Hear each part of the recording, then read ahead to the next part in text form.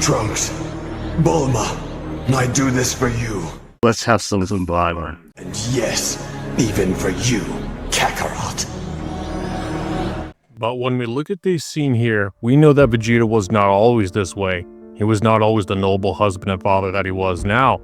This is going to go back all the way until Prince Vegeta's childhood, starting with his father, the king, who was a merciful tyrant, and even an impeccable leader who even still is able to unfaze his men. They're used to his code of conduct. They know how King Vegeta acts.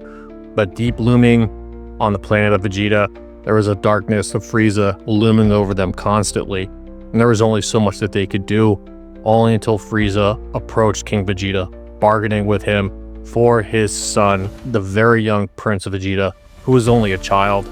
Prince Vegeta was a very ill-tempered child, as you can imagine. His patience was very thin. If you even look at who his father was, you could see why he is the way he is. This is exactly how a young prince was raised. But even though he had to sell his son to Frieza, this was not enough for him even to lead a mutiny against Frieza, which resulted in the loss of his life, leaving his son alone. You haven't lost your king for good. Wherever he is, you're about to join him. I'll just say in case no one else will, Frieza's an asshole. Even though Vegeta was still a young child, he grew up knowing that Frieza killed his father, and still free from all of their bondage they could never be. Raditz, Nappa, they all had to serve Frieza together until Lord Frieza finally had enough and destroyed the planet Vegeta with one simple swing, alienating the Saiyan race, even Goku's father. You're able to understand much more why Vegeta is this way when Frieza wanted to eliminate all of the Saiyans for fear that a Super Saiyan would be born one day and would emerge from the ashes. These scenes hit a lot harder, and you even understand why Vegeta is the way he is.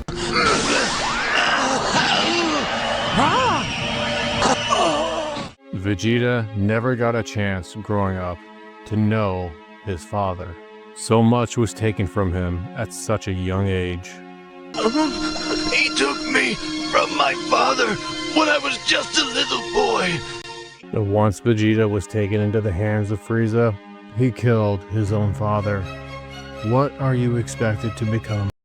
Vegeta's pride was impeccable ever since he arrived on Earth all those years ago, showing of violence, death, destruction. He believed that the Saiyan race was beneath him, as he was the purest of all Saiyans. You think you could just slither out of here after what you've done? Not so fast, my little bald friend. Vegeta and Nappa killed probably a few hundred people at this point. Oh, fuck it. Probably a few thousand. They just decimated an entire city. This is going to be Vegeta's first experience in humility and respect. Stop! Don't do it! That's going to be one of the biggest things about Goku is even though Vegeta almost killed him, killed hundreds of innocent people, almost killed his son, his friends are dead, he knew that there was still some goodness in Vegeta. He could sense his pained, dark, tormented life. For the first time in Vegeta's life, he has now experienced kindness, something that he has never had before.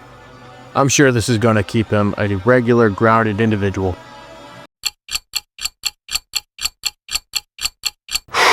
I'll get you for this! Boy, You won't escape my wrath! that escalated quickly. I'll get you! I mean, that really got out of hand fast. You're all mine! It jumped up a notch.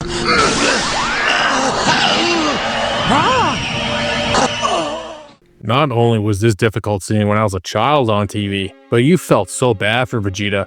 Everything he went through, being treated like a piece of property, having his father murdered, having his home planet destroyed. He took me from my father when I was just a little boy. Good job, you dick. Now, Vegeta has left this life, not even knowing that he had a friend.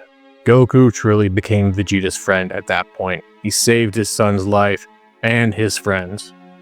The one thing he never had, And before anyone starts coming at me in the comment section, yes, I know, I love that edgy side of Vegeta. The guy was an absolute brute and had a hard edge on him, for a reason. And honestly, I love that dynamic on him. He was a great character. He was an absolute savage. I'm not gonna go spend a whole ton of time on this, but Vegeta? Yeah, Vegeta's been fucking. Yeah, in the Bulma. So, long story short, yes, you know, obviously they had a son named Trunks who came back from the future and decided to turn Frieza into some chop fucking suey. Those good genes, man. Vegeta had to do the only thing to do to surpass Goku is train.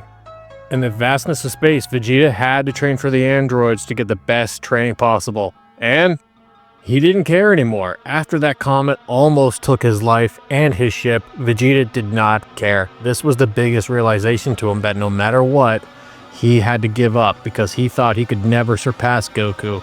He was indebted to him. He saved his life and brought him back. Care if I lived. I didn't care about anything. And then it happened. Let's face it, when we all saw this on TV, we're like, fuck yeah, this is great. But then we probably got one of the best lines ever. The sleeper has awakened. I am the prince of all Saiyans once again. Trunks is back. It was at that moment, in an act of sudden disbelief, that ironically a Super Saiyan from the future, yes, hold on to your butts, had the same name as his son. He's my son. Unbelievable. Very astute observation, Detective Vegeta. But we're not here for that. We're here to understand why Vegeta is the way he is. Go ahead and hit that like and subscribe button. Let me know what you think in the comments below. Get your special sock out, nerds. It's gonna be good. Are you ready now to witness a power not seen for thousands of years? Look, I don't make the rules, but you know when you hear the piano start, shit's about to go sideways in the best way possible. Vegeta trained his entire life to be admired this much and descend to this level, or Super Saiyan 2, which we all know that, right? This was just perfect.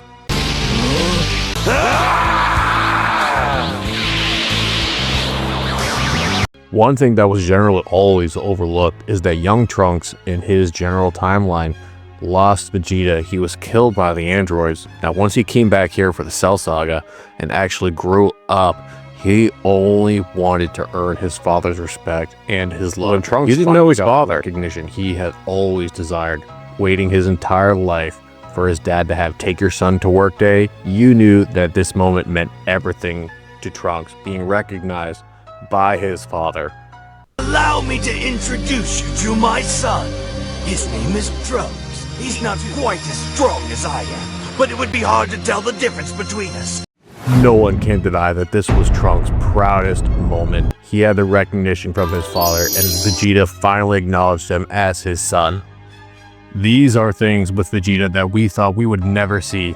Him acknowledging and even honoring his son right before a battle is the same prince who had his father murdered, his home planet destroyed, suffering internally from being more than a mere bargaining chip. It's not even just the writing with Vegeta alone. Seeing everything that this young child went through, what happened to his father, what he was forced to do, getting killed by the one who murdered his father. Even though this did shape Vegeta in a ground-shifting way, you're able to understand him achieving and ascending all of the levels of Super Saiyan from where he was to where he is now is truly remarkable. And these are things that we need to give, honestly, great homage to the late Akira Toriyama for giving us one of the best fucking characters that I have ever seen. Let me know in the comment section below, who is your favorite Dragon Ball Z character? Is it from Super, Kai, Z, which is the best? Let me know in the comment section below.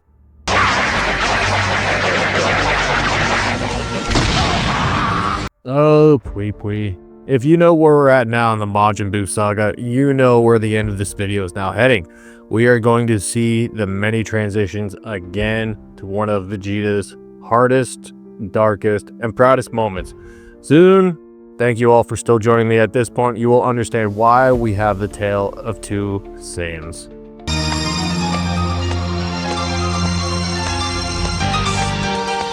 The rules. You hear the piano, Pui Pui? God, you fucking ham sandwich. Alright, well, let's see if history lords true and Mr. Sinister's rules about what happens when the piano start playing. Let's take a look-see.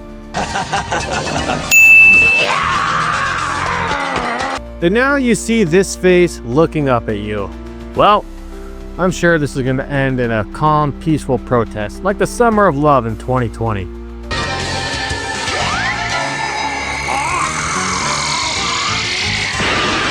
Anyone that knows anything about Vegeta is that shortly after his fight with Pui Pui, Deborah senses Vegeta's anger and hatred as he's getting fed up with everyone else, lets Babidi know, and attempts to overtake Vegeta's mind.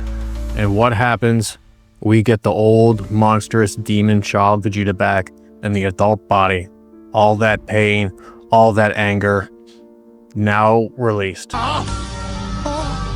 What do you know of meaningless? Everything about Vegeta has all come to pass and has now boiled over into everything. Clearly, you see that giant hole that's probably about 50 miles long. Vegeta killed all those people to live his life, to finally get back at Goku. Spend most of your life ruled by another. Watch your race dwindle to a handful. He's out of line, but he's right. Captain Falcon Winter Affirmation America is absolutely right. How could you expect yourself to turn out when all you wanted was your power back after everything was taken from you at such a young age? Vegeta's pain and suffering is absolutely understandable. And if this guy's gonna let loose, we know what's gonna happen. Vegeta intentionally let Babidi take over his mind. He wanted to go back to the way he was before. Cold, heartless, ruthless. I will not be distracted from this anymore. I won't! All of the pending attachment that Vegeta bared down for the past years of his life, he had no problem getting rid of. His son, his wife, he had no problem removing any of those from achieving his overall objective. Even though Vegeta has always stated he grew quite fond of them, he actually settled down. He learned to love, surprisingly. And when he suffered everything he did as a child, for him to turn out this way, he wanted to go back to the way he was before. One thing a Saiyan always keeps, his pride! That is why Vegeta is the prince of all Saiyans. Everything he has been through, his story, his legacy, he will get rid of and kill anyone if it means going back to the way he was to get Goku.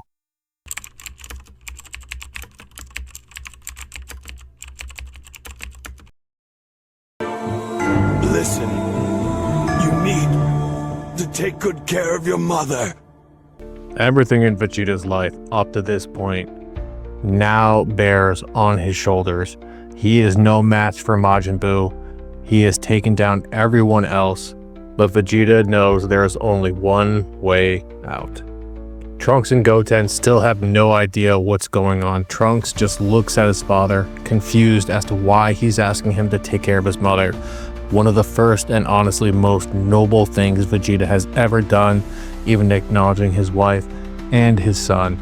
This is where the human side of Vegeta suddenly comes out when he realizes that he hasn't held his only son since he was a baby.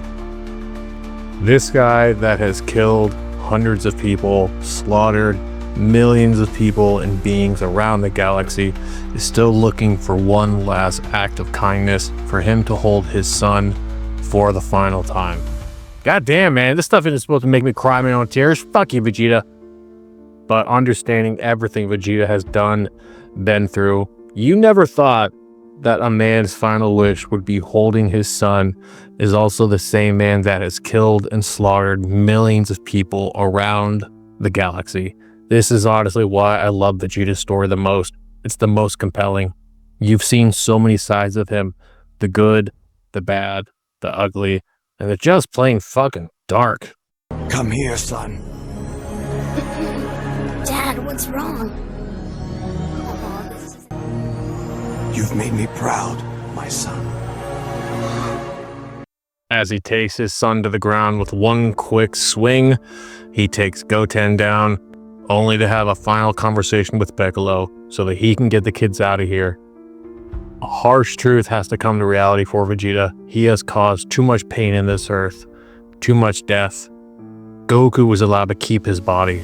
Vegeta will not. Everything from Vegeta's life at this point has all finally caught up to him. Knowing that his means is coming to an end to take down Majin Buu, he is perfectly okay with making the sacrifice for the sake of his loved ones. Vegeta had a heart of gold, a man built with so much pain, violence, and suffering. You look at everything Vegeta has always been through in this life, he is okay with making the final sacrifice, knowing that even though Piccolo has told him that everything he went through with Goku and in this lifetime was all going to be meaningless to him. And it was in that final flash of light, the Prince of all Saiyans made the ultimate sacrifice. Yes, even for you, Kakarot.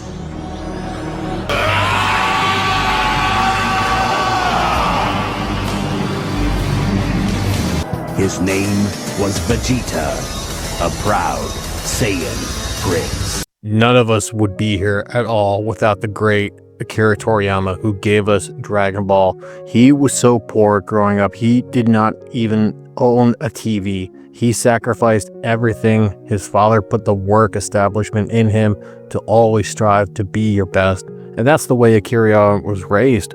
We have to respect this man's legacy. Dragon Ball Z is a pivotal show that has changed the lives of millions of people around this world for over 3 decades. We owe this man everything. I would not even probably be here myself. Mr. Sinister would not be indeed. But with what this man gave us, I can honestly say from the bottom of my blackened little heart, for that, sir, I thank you. Please like this video, share this video.